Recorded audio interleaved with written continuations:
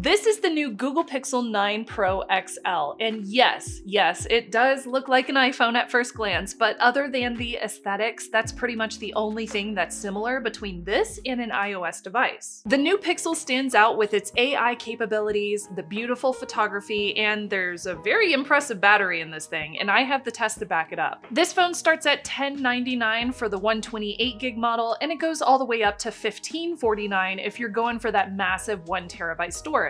And for the colors, Google is luckily offering several different options this time around. You've got the classic obsidian black, you've got the porcelain, more white color, there's that really pretty hazel green color that they came out with a couple of years ago, and we have the brand new rose quartz. Now, of course, rose quartz is totally my jam, so that's the one that I grabbed. Now, I'm being a little nitpicky here, but during pre-order, you could get a free storage upgrade from 128GB to 256GB for that lower price. But the pink color is only available in 256, so they did not even offer that one at 128GB for that price. So why is the pink one only available in one storage size, and why is there, quite frankly, a pink tax if I wanted to get the smallest pink version?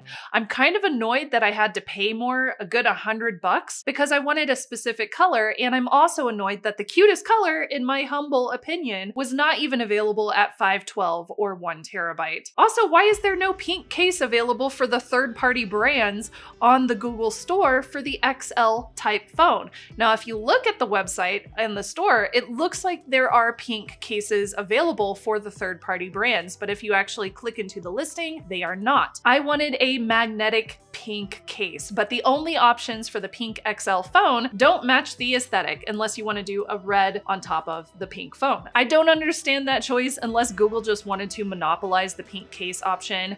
I'm sorry, I know I'm going on a tangent here, but it's important to me. I really like having a pink phone or a purple phone or something that is glittery. And based on this reply that I got from Threads, it kind of sounds like Google just wanted their way. By the way, I did purchase this phone at my own expense for the purpose of reviewing it. So if you want to watch this video and you think, yeah, that was a really good, unbiased, thorough review, then hit the subscribe button down below. It definitely helps my channel. So here's the packaging. The packaging is a little bit different this year. It has a slip cover over the eco-friendly box. It is 100% plastic free, which I love. Inside the box, you will find the phone, duh, a USB-C cable, the usual paperwork, and a SIM ejector tool. The 45-watt compatible charger is sold separately. I know, womp womp. In terms of the design, the back of this is very silky and matte. It's this gorgeous finish, courtesy of Corning Gorilla Glass Victus 2, which is not only tough, but it also looks so polished. It looks very, very nice. The aluminum housing is made of 100% recycled content, so Google is definitely winning some brownie points there.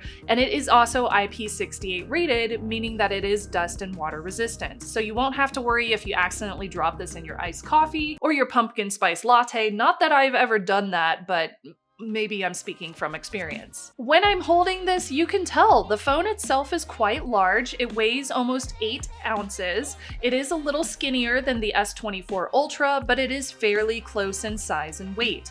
If you have smaller hands, I do have smaller hands, but this will give you a pretty good idea of what it looks like in smaller hands. If you do have smaller hands, you don't want a heavy phone, I would highly recommend considering the smaller regular 9 or the 9 Pro, because the specs are extremely similar, but they both weigh less and they are smaller. On the front display, you can see that front camera sensor. It is bigger than the older models and it does take up a little bit more room. Meanwhile, the camera housing on the rear of the phone is situated and separated from the rest of the casing now. And the full-size bar, which goes from side to side, that keeps it from wobbling whenever you're just using it on a table. It feels really solid in the hand without being a brick. The matte finish keeps fingerprints at a minimum. In fact, I don't see any fingerprints on the back of this phone. I love that feature. This is definitely one of the best looking Pixels that Google has ever released, in my opinion. It looks polished and premium. The shiny aluminum in the same color tone as the back makes it look really refined. Now, I am so proud of the work that I'm putting into this video, even though it's like 15 minutes long, maybe longer. These videos generally take several days to create, from brainstorming and research and writing, all the way to editing and post-production awesome work. So if you've enjoyed it as much as I enjoy creating it, I love making review videos, a simple click of the subscribe button really goes a long way and it supports my channel. Now moving on to the display, and can we just say, wow, Google really went all out with the 6.8-inch Super Actua display. The aspect ratio is very comfortable to watch videos on. The resolution is really lovely and crisp. I think it looks great. And the brightness can go up to a blinding 3000 nits peak brightness, 2000 nits high brightness mode. So whether you're watching your favorite YouTuber, hopefully it's me, in HDR, or just scrolling through your feed in a sunny environment, everything looks ridiculously vibrant and very sharp. Now that I've been using my S24 Ultra with the anti-reflective coating, seeing reflections on other phones like this one is really obvious. Yeah, those reflections really stand out when you've used a anti-reflective display on a phone for months and months and months. Also, let's not forget about the smoothness. The refresh rate goes up to 120 Hz, so it's super responsive whenever you're gaming or just flipping through apps. All in all, I would say it's a visual feast. Okay, one of my favorite parts, let's go ahead and talk about the cameras. The Pixel 9 Pro XL does have this Pro Triple rear camera system that includes a 50 megapixel wide angle camera, a 48 megapixel ultra wide camera with macro focus, and a 48 megapixel telephoto lens with 5 times optical zoom. Now, whether you are taking close-ups of your fur babies or you're trying to capture far-off landscapes, this phone has got you pretty much covered wherever you need it. The super res zoom goes up to 30 times and you still get nice optical quality at 0.5, 1, 2, 5, and 10 times zoom. Plus Google's software magic with things like night sight, astrophotography, those are really big competition for other brands, but portrait mode, it could be a lot better. The main 50 megapixel lens does give me some really nice detailed shots. The color accuracy is really good, but it is a little saturated. Highlights look really detailed and balanced. It is a bit cooler if you compare this side by side to an S24 Ultra,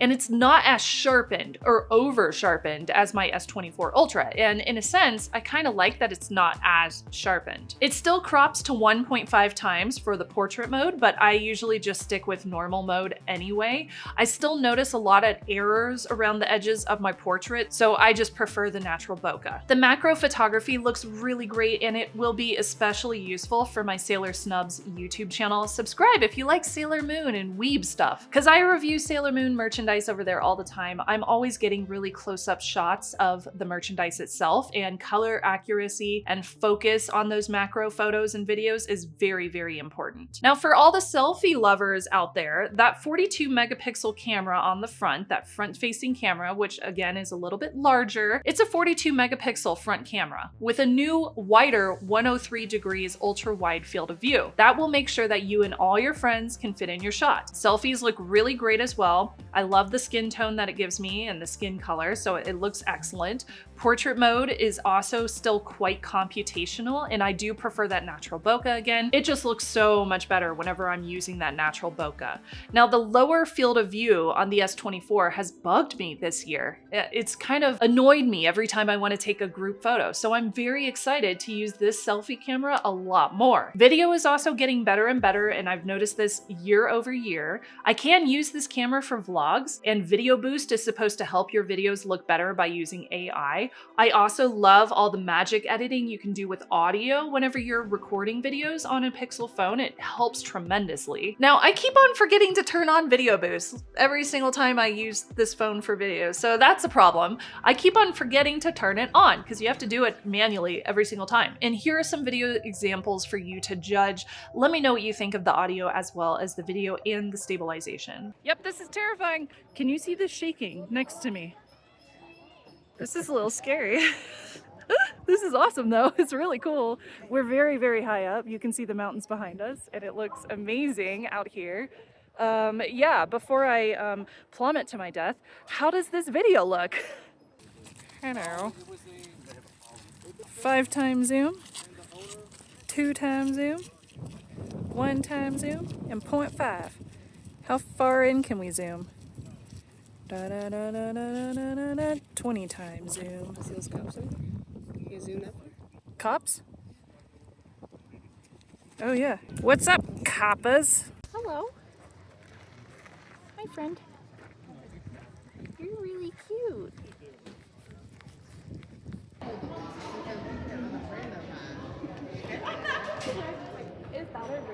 Look how wide angle that is. It's real far. Yeah, it's really nice. I can do 1.4 zoom or 1 times zoom. Oh, look at that wide angle. Now, I am so glad, that Google did not skimp on the RAM. This is a powerful phone.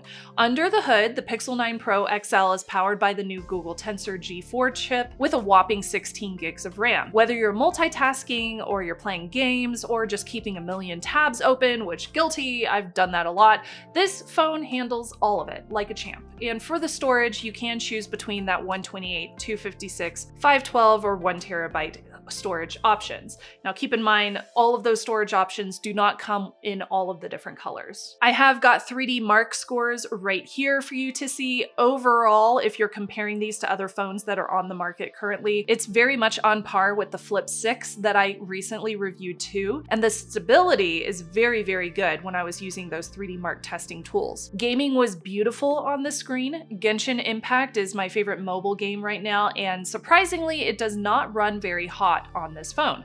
I think that new vapor chamber is really helping here because the phone is staying cooler under high intensive usage.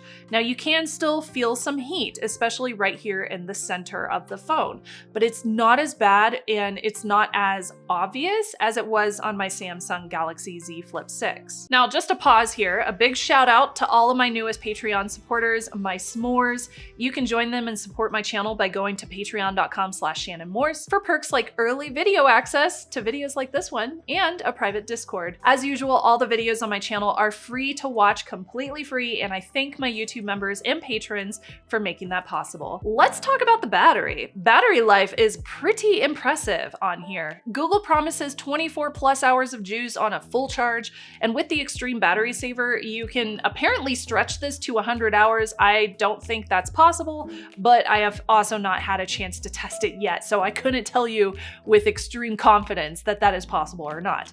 My best day with battery test though was 10 hours and 20 minutes of screen on time, and I still had 44% left before I finally passed out and went to sleep at the end of the night. That's ridiculously good compared to last year's models, and I was doing things like Google Maps, and I was in the camera taking pictures. I was watching tons and tons of YouTube videos. So I was not just leaving this thing like on a browsing page. I was using it actively for those 10 hours, and it was doing really good. So I'm very impressed. You got fast charging, which is on point 2. You can charge up to 70% in just 30 minutes with Google's 45-watt charger, though of course, again, you gotta buy that separately. And why does it only come in this color? They should make a pink charger too, and then it can be all matchy-matchy.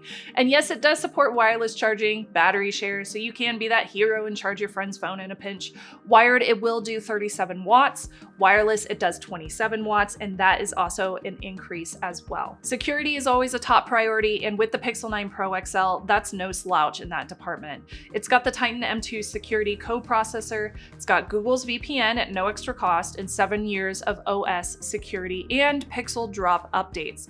Now they introed the 7 years of updates with the 8 series, so it's still fairly new for that kind of upgrade. But will this phone physically last that long?